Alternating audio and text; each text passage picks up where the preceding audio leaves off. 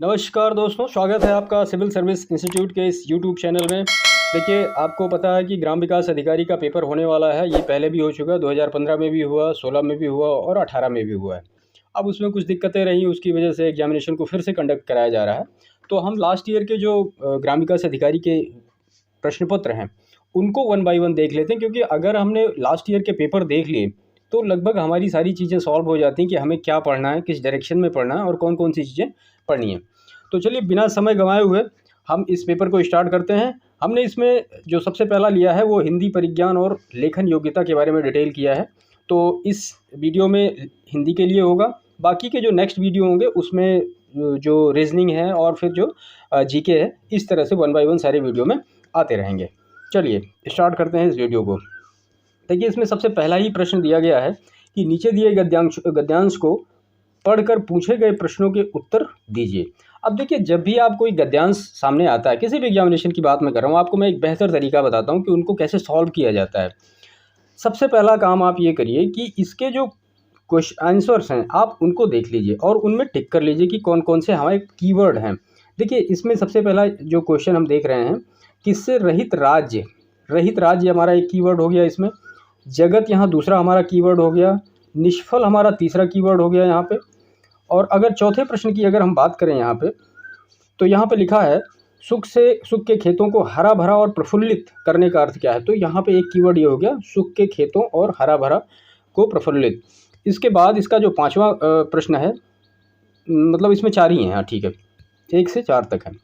अब हमने इतने कीवर्ड जितने भी हैं हमने इनको टिक कर लिया। अब हम इस पैराग्राफ को पढ़ते हैं और जहाँ भी हमें ये कीवर्ड मिलते हैं हम उनको अंडरलाइन करते चले जाएंगे। अब देखिए, इसमें सबसे पहला लिखा हुआ है अपने प्रियजनों से रहित राज्य किस काम का। तो हमें यहाँ में मिला है किससे रहित राज्य किस काम का। तो हमारा पहला जो उत्तर मिल गया, क्या मिल गया, प्रियजनों से रहित। तो यहाँ पे पहला ही उत्तर हो गया हमारा प्रियजनों से रहित। ऐसा नहीं करना है कि एक बार हम पैराग्राफ पढ़ें 2-3 मिनट, उसके बाद फिर हम क्वेश्चन पढ़ें और क्वेश्चन पढ़ने के बाद फिर से हम पैराग्राफ पढ़ें। तो इसमें बहुत ज़्यादा टाइम कंज्यूम होता है और आंसर गलत होने की भी संभावना रहती है। ऐसे आप वन बाय वन क्वेश्चंस को कर सकते हैं। ये बहुत ही आसान तरीका है और 100% आपके इसमें सही होंगे, इसमें गलत होने की कोई चांसेज ही नहीं है। ठीक है, चलिए हमारा एक प्रश्न हो गया। दूसरे प्रश्न की बात हम करें तो इसमें है जगत का अर्थ क्या है। अब देखिए, इसमें आपको जगत खोजना है। ये हो गया, मनुष्य जाति का सुख ही जगत के मंगल का मूल साधन है। अब देखिए यहाँ पे आते हैं, इसमें लिखा है जगत क्या है। तो जगत मनुष्य जाति के सुख ही जगत के मंगल का मूल का, बिना उसके सुख के अन्य सारे उपाय निष्फल हैं। धन की पूजा से ऐश्वर्य, तेज, बल, पराक्रम नहीं प्राप्त होने वाला। चैतन्य आत्मा पूजा से ही पदार्थ प्राप्त होते हैं। तो यहाँ पे जो जगत की बात हो रही है, ये संसार की बात हो रही है। जगत का मतलब यहाँ पे संसार हो गया। तो हमारा ये क्वेश्चन नंबर 2 हो गया यहाँ पे, संसार। निष्फल, निष्फल एक कीवर्ड है। निष्फल इसमें देखना है हमें कहाँ है। तो ये हो गया, पराक्रम नहीं है। चैतन्य आत्मा की पूजा से ही प्राप्त होते हैं। चैतन्य पूजा से ही मनुष्य का कल्याण हो सकता है। समाज का पालन करने वाली दूध की धारा जब मनुष्य के प्रेम हृदय, निष्कपट मन और मृतकतापूर्ण नेत्रों से मिलकर बहती है, तब वही जगत में सुख के खेतों को हरा भरा और प्रफुल्लित करती है और वही उनमें भी फल लगाती है। अब हमारा इसमें ये यहाँ पे निष्फल है, बिना उसके सुख के अन्य उपाय निष्फल हैं। तो किसके यहाँ बात हो रही है, किसके, तो यहाँ बात हो रही है व्यर्थ के। ठीक है, इसमें ये लिखा गया है कि यहाँ पे किसके बिना हमारा जो स्वार्थ है वो व्यर्थ होगा। तो यहाँ पे होगा ये व्यर्थ। सुख के खेतों को हरा भरा और प्रफुल्लित बनाने के लिए क्या करना है, यहाँ पे देखना पड़ेगा आपको फिर से। सुख के खेतों को हरा भरा, देखिए यहाँ पे लिखा गया है, तब वही जगत के सुख के खेतों को हरा भरा और प्रफुल्लित करती है और उनमें फल लगाती है। तो यहाँ पे कौन किस चीज़ की बात कर रही है, समाज का पालन करने वाली दूध की धारा जब मनुष्य के प्रेम हृदय, निष्कपट मन और मित्रता से निकल कर बहती है। तो हम आते हैं अपने क्वेश्चन पे और यहाँ पे है इसका आंसर जो सही होगा, वो जीवन को सुखमय बनाने की बात हो रही है। क्योंकि ये सारी चीज़ें क्या करेंगी, जीवन को प्रफुल्लित बनाएंगी, जीवन को खुश रखेंगी। ठीक है, तो इस हिसाब से अगर आप करेंगे, आप पहले उनके क्वेश्चंस को टिक कर लीजिए, उनके कीवर्ड को छांट लीजिए और कीवर्ड के बाद आप वो सारे कीवर्ड पढ़ना हो पढ़िए, ना पढ़ना हो ना पढ़िए, बाकी आप छांट लीजिए ऐसे वन बाय वन। अब थोड़ा केयरफुली करेंगे तो ये जल्दी का जल्दी ही सॉल्व हो जाएगा। चलिए हम आते हैं अपने नेक्स्ट क्वेश्चन पे। क्वेश्चन नंबर 5 है हमारा, निम्नलिखित में से दीर्घ स्वर है। अब देखिए, दीर्घ स्वर क्या है, बड़ा, छोटी, बड़ाऊ ये क्या है, दीर्घ स्वर हैं, तो ये बड़ी यहाँ पे दीर्घ स्वर हो जाएगा। छोटा, छोटी, बड़ाऊ, ऋण, हस्व है, ए, ऐ, ओ, औ क्या है, संयुक्त स्वर है। क्वेश्चन नंबर 6 है हमारा, निम्न में से अंतःस्थ व्यंजन कौन सा है? तो अंतःस्थ व्यंजन जो है वो है वो, य, र, ल, व अंतःस्थ व्यंजन है। बड़ा श, ह उष्म व्यंजन है, और ग एवं ज क्या है, स्पर्श व्यंजन है। इनको याद रख लीजिए, एग्जामिनेशन में पक्का आने वाले हैं, एक दो तो पक्का आते हैं ऐसे। क्वेश्चन नंबर 7 है, निम्न में से अल्प प्राण व्यंजन कौन सा है? अब तो अल्प प्राण व्यंजन क्या है, ग जो है अल्प प्राण व्यंजन है। जिन व्यंजनों के उच्चारण में श्वास अल्प मात्रा में निकले और जिनमें हकार जैसी ध्वनि नहीं होती है उन्हें अल्प प्राण व्यंजन कहते हैं। प्रत्येक वर्ग का पहला जो अक्षर होता है, यानी क, च, ट, त, प, और तीसरा ग, ज, ड, द, ब, पांचवा अंग, य, अण, न, म वर्ण, और अंतस्थ य, र, ल, व व्यंजन अल्प प्राण व्यंजन है। तो यहाँ पे इसका उत्तर होगा ग। क्वेश्चन नंबर 8 है हमारा, निम्न में से घोष वर्ण कौन सा है? देखिए यहाँ पे घोष वर्ण क्या होता है, इसकी डेफिनेशन पहले देखते हैं। नाद की दृष्टि से जिन व्यंजनों के वर्णों के उच्चारण में स्वतंत्र तंत्रिका झंकृत होती है वे घोष वर्ण कहलाते हैं। प्रत्येक वर्ग का तीसरा ग, ज, ड, द, ब, और चौथा घ, झ, ढ, घ, भ, और पांचवा अंग, य, अण, न, म वर्ण सभी स्वर वर्ण य, र, ल, व ये क्या है, ये घोष वर्ण है। तो यहाँ पे उत्तर हो जाएगा इसका घोष वर्ण कौन सा है, ज है। क्वेश्चन नंबर 9 है हमारा, निम्न में से ओष्ठ वर्ण कौन सा है? तो ओष्ठ वर्ण क्या होते हैं, दोनों ओठों को स्पर्श से बोले जाने वाले वर्ण ओष्ठ वर्ण कहलाते हैं। जैसे छोटा ऊ, बड़ा ऊ, प वर्ग, प वर्ग में कितने होते हैं, प, फ, ब, भ, म। छोटा बड़ा कंठव्य वर्ण है और छोटी बड़ी तालव्य वर्ण है। आप बोलेंगे तो आपको पता लगेगा कि हाँ ओष्ठ की बात हो रही है, तो दोनों ओठों के स्पर्श से बोले जा रहे हैं ऊ, छोटा ऊ यहाँ पे। क्वेश्चन नंबर 10 है हमारा, निम्न में से योग रूढ़ शब्द कौन से हैं? अब योग रूढ़ शब्द क्या होते हैं? योग रूढ़ शब्द ऐसे शब्द होते हैं जो यौगिक होते हैं किंतु अर्थ के विचार से अपने सामान्य अर्थ को छोड़कर विशेष अर्थ के परिचायक होते हैं, वो योग रूढ़ शब्द कहलाते हैं। जैसे कि जलज है, जल प्लस ज, जलज का अर्थ है जल से, जल में उत्पन्न हुआ, किंतु कमल का अर्थ लिया जाए, इसका कमल का अर्थ लिया जाएगा, अतः जलज शब्द योग रूढ़ है। तो यहाँ पे क्या हो जाएगा, जलज। ठीक है। क्वेश्चन नंबर 11 है, महोत्सव की संधि, महोत्सव का संधि विच्छेद क्या होगा? अब महोत्सव का जो संधि विच्छेद होगा वो महा प्लस उत्सव होगा, बड़ा प्लस ऊ, इसमें कौन सी संधि होगी, इसमें गुण संधि होगी। इस संधि के नियमानुसार यदि छोटा बड़ा आ के बाद छोटी बड़ी, छोटा ऊ बड़ा ऊ और ऋण आ जाए तो दोनों मिलकर ए, ओ तथा अर हो जाते हैं। तो यहाँ पे इसका सही उत्तर होगा महा प्लस उत्सव। क्वेश्चन नंबर 12 है, बैलगाड़ी में समास है। बैलगाड़ी में कौन सा समास है? बैलगाड़ी का जो समास है, बैल की गाड़ी, यानी क्या करता है भाई, बैल होता है और उसकी एक गाड़ी होती है, तो उसका ये जो समास होगा वो बैल की गाड़ी होगा। तो इसमें कौन सा समास है, तत्पुरुष समास है। इस समास में उत्तर पद प्रधान होता है। तो यहाँ पे ऑप्शन डी इसका करेक्ट ऑप्शन हो जाएगा। क्वेश्चन नंबर 13 है, आगमन में उपसर्ग कौन सा है? उपसर्ग, उपसर्ग का मतलब ये होता है सीमा समेत, सीमा और समेत, कमी, विपरीत। इस उपसर्ग में निम्न निर्मित अन्य शब्द हैं आकाश, आकर्षण, आरंभ, आक्रमण, आचरण, आजीवन। उपसर्ग का मतलब होता है पहले वाला शब्द, प्रत्यय का मतलब होता है बाद वाला शब्द। तो यहाँ आ की बात हो रही है, आप जब भी कोई शब्द मिले उसको उपसर्ग या प्रत्यय में बांटना है तो आप उसको दो शब्द में डिवाइड कर लीजिए और ये देख लीजिए कि दोनों का कुछ अर्थ निकल रहा है कि नहीं। अब देखिए यहाँ पे आ है और ये है गमन, आगमन, तो यहाँ पे इसका क्या हो जाएगा, उपसर्ग आ। अगर प्रत्यय की बात होती तो प्रत्यय क्या हो जाता है यहाँ पे, गमन। रसोईया में प्रत्यय पूछ रहा है। अब देखिए प्रत्यय का मतलब लास्ट वाला पूछ रहा है कि रसोईया में प्रत्यय कौन होगा। तो यहाँ पे देखिए ई आ रहा है ना लास्ट में, ई या, यहाँ पे लिखिए आप रसो और प्लस या, आप या खाली बाहर निकालेंगे तो काम नहीं चलेगा, या निकालना पड़ेगा। तो यहाँ पे इसका उत्तर हो जाएगा या, इसका प्रत्यय है। क्वेश्चन नंबर 15 है, निम्न में से कौन सा शब्द तत्सम है? अब तत्सम ऐसे शब्द होते हैं जो संस्कृत से मिलते जुलते हैं और जो तद्भव ऐसे शब्द होते हैं जो नॉर्मल शब्द होते हैं जिनको बाद में चेंज किया गया थोड़ा थोड़ा। तो गाय ये हमारा तद्भव शब्द है, गधा हमारा तद्भव शब्द है, घर हमारा तद्भव शब्द है। यहाँ पे जो क्षेत्र है इसका जो तद्भव होता है वो होता है खेत, ठीक है।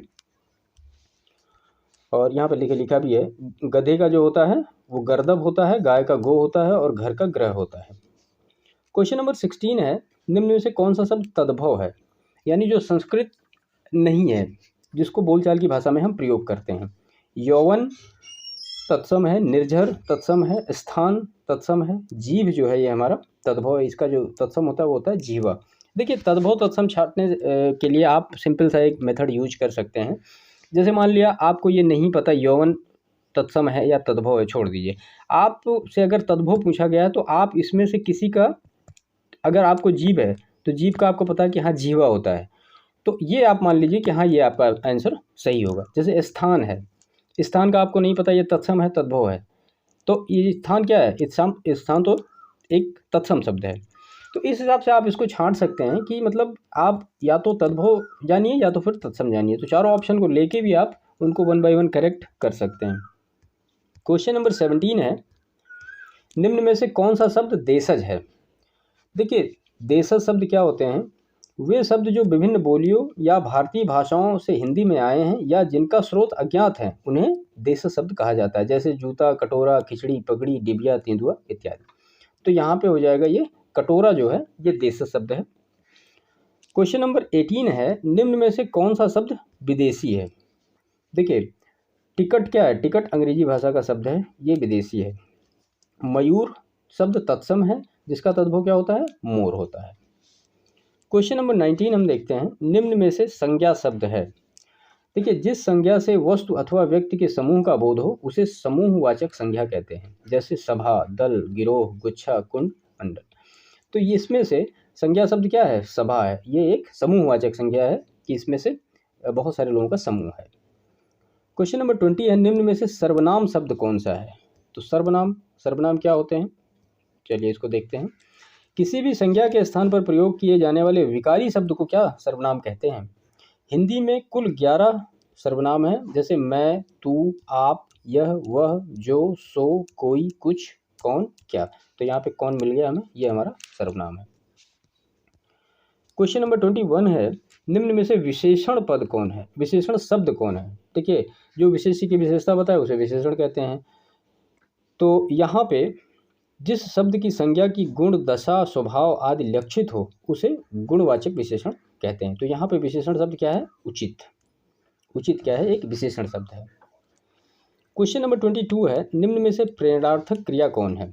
देखिए जिन क्रियाओं से इस बात का बोध हो कि कर्ता स्वयं कार्य न कर किसी दूसरे को कार्य करने के लिए प्रेरित कर रहा है उसे प्रेरणार्थक क्रियाएं कहते हैं।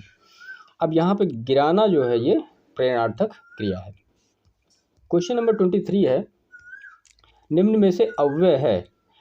इसमें से प्रश्नगत विकल्पों में ठीक अव्यय है, यहाँ क्या है, ठीक एक अव्यय है। ऐसे क्रिया विशेषण जो किसी दूसरे शब्दों के मेल से नहीं बनते मूल क्रिया विशेषण कहलाते हैं। जैसे ठीक, दूर, अचानक, फिर, वही। तो क्वेश्चन नंबर 23 का सही आंसर होगा option number B. Question number 24 है, पक्षी का पर्यायवाची क्या है। देखिए पक्षी के जो पर्यायवाची है वो होता है बिहग, ठीक है। पक्षी के अन्य पर्यायवाची क्या है, खग, पखेरु, परिंदा, अंडज। भूधर, पर्वत और मीन ये क्या है, मछली का पर्यायवाची है। क्वेश्चन नंबर 25 है, जटिल शब्द का विलोम क्या है। जटिल शब्द का विलोम सरल, सिंपल है ये। देखिए कुटिल का भी विलोम सरल होता है और जटिल का भी विलोम सरल होता है।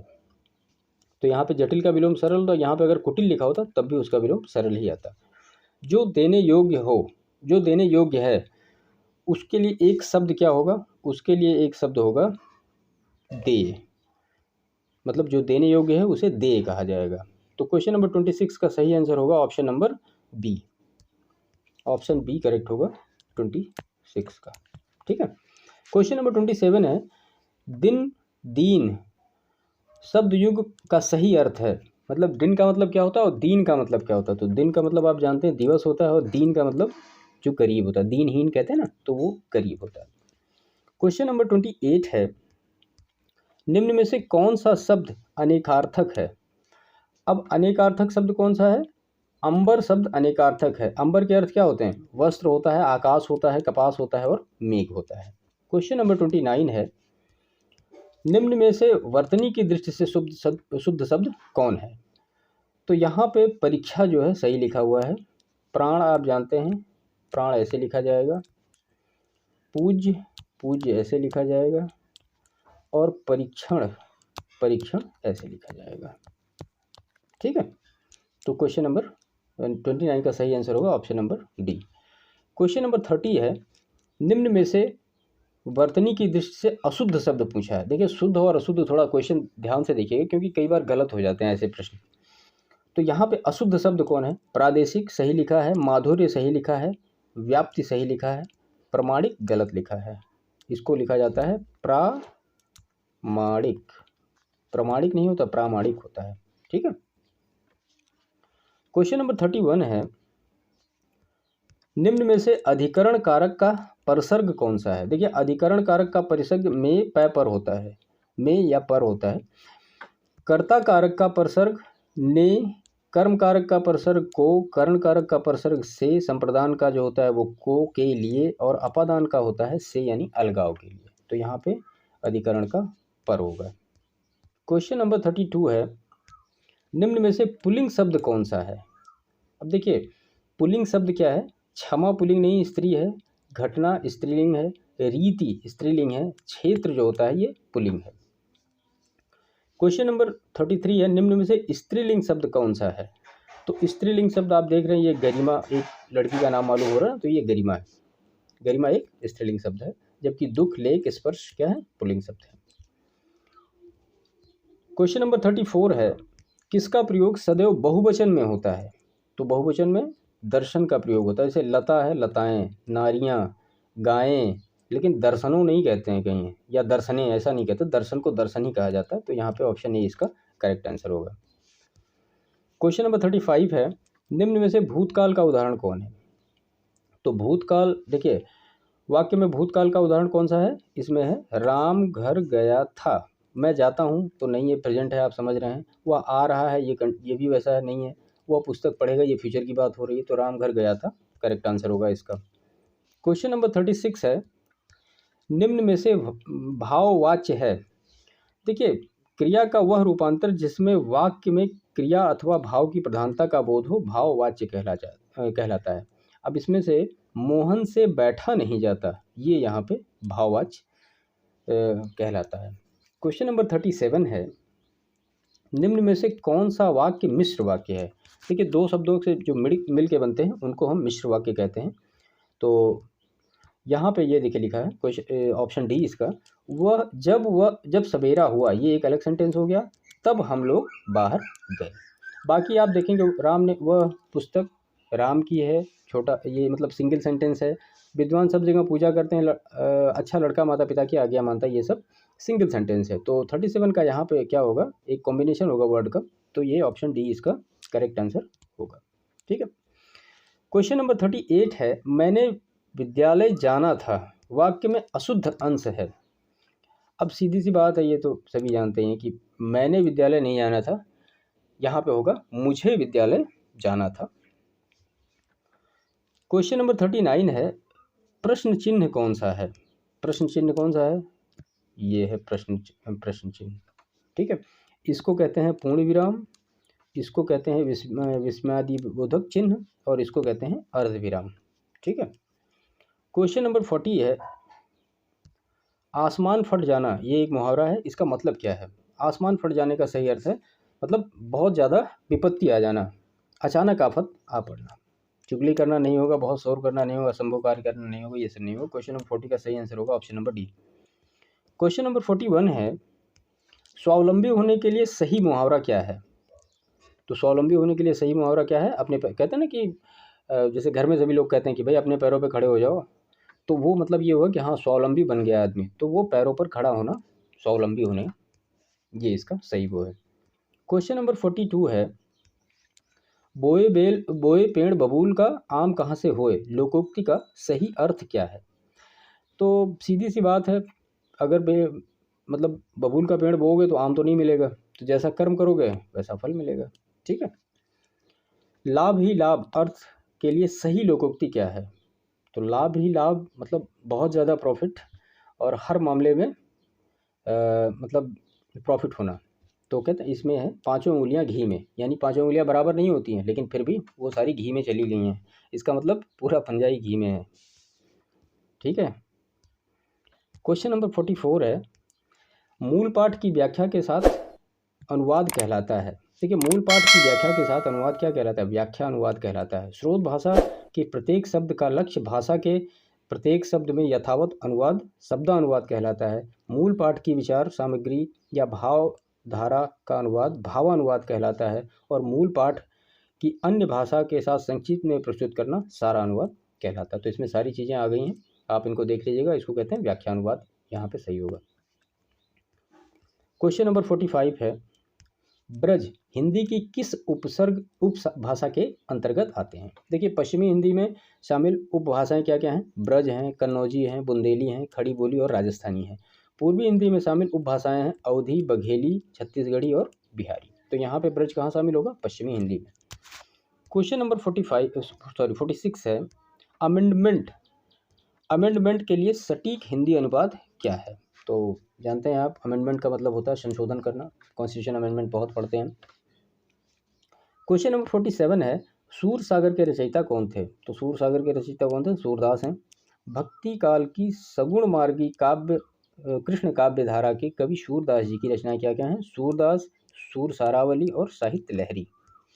क्वेश्चन नंबर 48 है, निम्न में से रीतिकाल का कवि कौन है? तो कविवर बिहारी लाल क्या है? रीतिकाल के कवि हैं। इनकी प्रसिद्ध रचनाएं बिहारी सतसई हैं, जयशंकर प्रसाद, सूर्यकांत त्रिपाठी निराला और सुमित्रानंदन पंत छायावाद काल के हैं।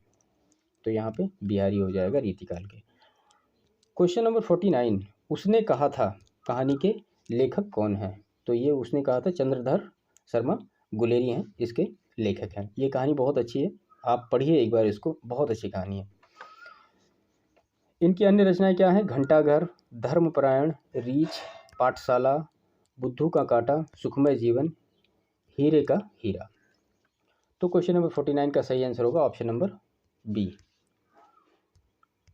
क्वेश्चन नंबर 50 है, उर्वशी किसका काव्य है? ये बहुत ही मतलब फेमस एक हिसाब से काव्य है, आप सभी जानते हैं, रामधारी सिंह दिनकर का है उर्वशी, आप पढ़ते भी होंगे।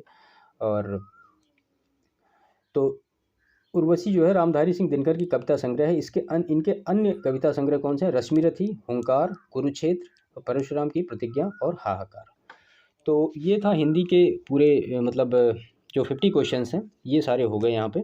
और बाकी के जो और भी हिंदी के टॉपिक होंगे या फिर रीजनिंग के होंगे या फिर जीएस के होंगे, उनको हम नेक्स्ट वीडियो में लाते रहेंगे। इस वीडियो को लाइक करिए, शेयर करिए, सब्सक्राइब करिए। मिलते हैं नेक्स्ट वीडियो में। धन्यवाद।